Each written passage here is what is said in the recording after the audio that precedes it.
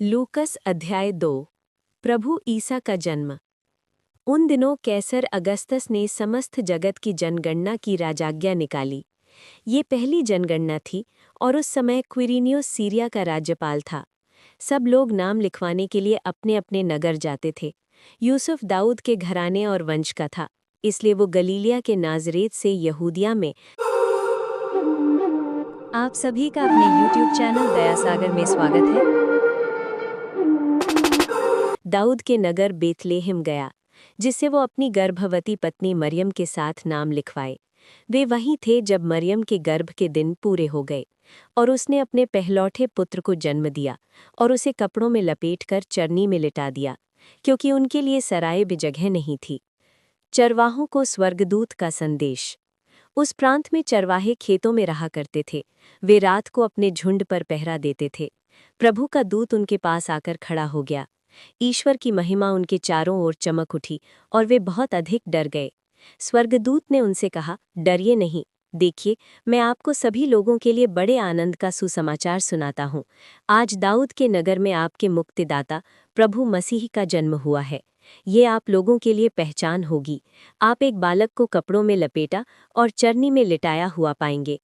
एकाएक उस स्वर्गदूत के साथ स्वर्गीय सेना का विशाल समूह दिखाई दिया, जो ये कहते हुए ईश्वर की स्तुति करता था, सर्वोच्च स्वर्ग में ईश्वर की महिमा प्रकट हो और पृथ्वी पर उसके कृपापात्रों को शांति मिले।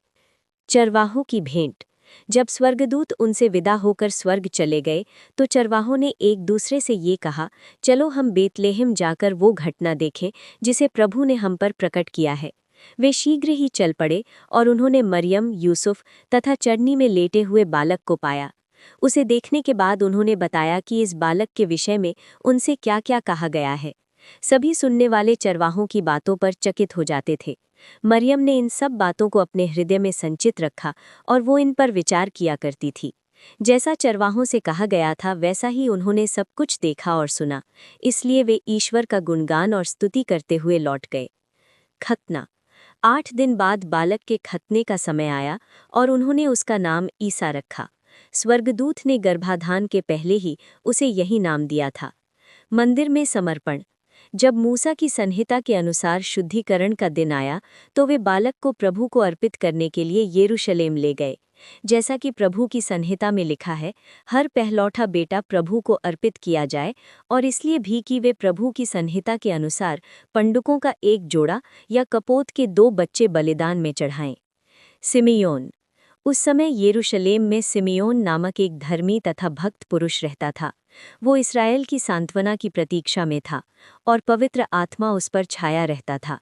उसे पवित्र आत्मा से ये सूचना मिली थी कि वो प्रभु के मसीह को देखे बिना नहीं मरेगा। वो पवित्र आत्मा की प्रेरणा से मंदिर आया। माता पिता शिशु ईसा के लिए संहिता की रीतियां पूरी करने जब भीतर लाए तो सिमेओन ने ईसा को अपनी गोद में ले लिया और ईश्वर की स्तुति करते हुए कहा, प्रभु, अब तू अपने वचन के अनुसार अपने दास को शांति के साथ विदा कर, क्योंकि मेरी आंखों ने उस मुक्ति को देखा है जिसे तूने सब राष्ट्रों के लिए प्रस्तुत किया है। ये गैर यहूदियों के प्रबोधन के लिए ज्योति है और तेरी प्रजा इस्राएल का गौरव। बालक के विषय में ये बातें सुनकर उसके माता पिता अचंभे में पड़ गए। सिमियोन ने उन्हें आशीर्वाद दिया और उसकी माता मरियम से ये कहा, देखिए, इस बालक के कारण इस्राएल में बहुतों का पतन और उत्थान होगा। ये एक चिन्ह है जिसका विरोध किया जाएगा।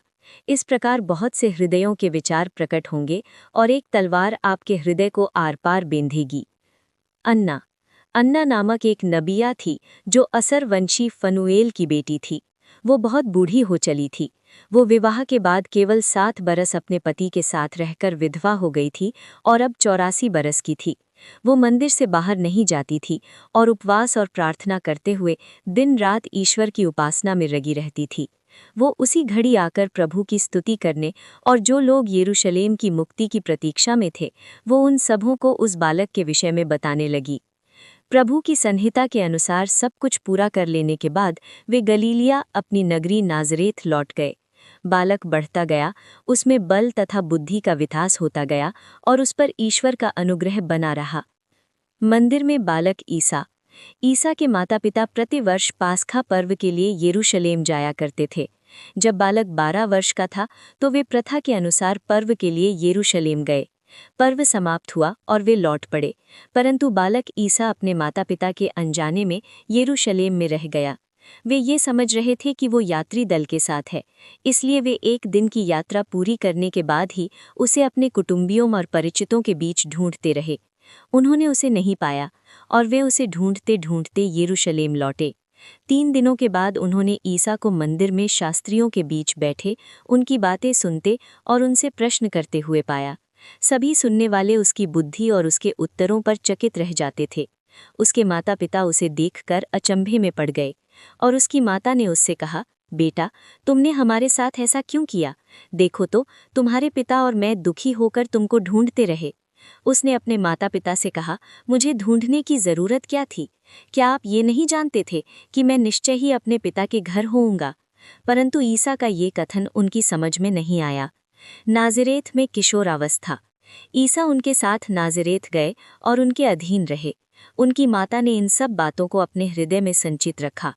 ईसा की बुद्धि तथा शरीर का विकास होता गया।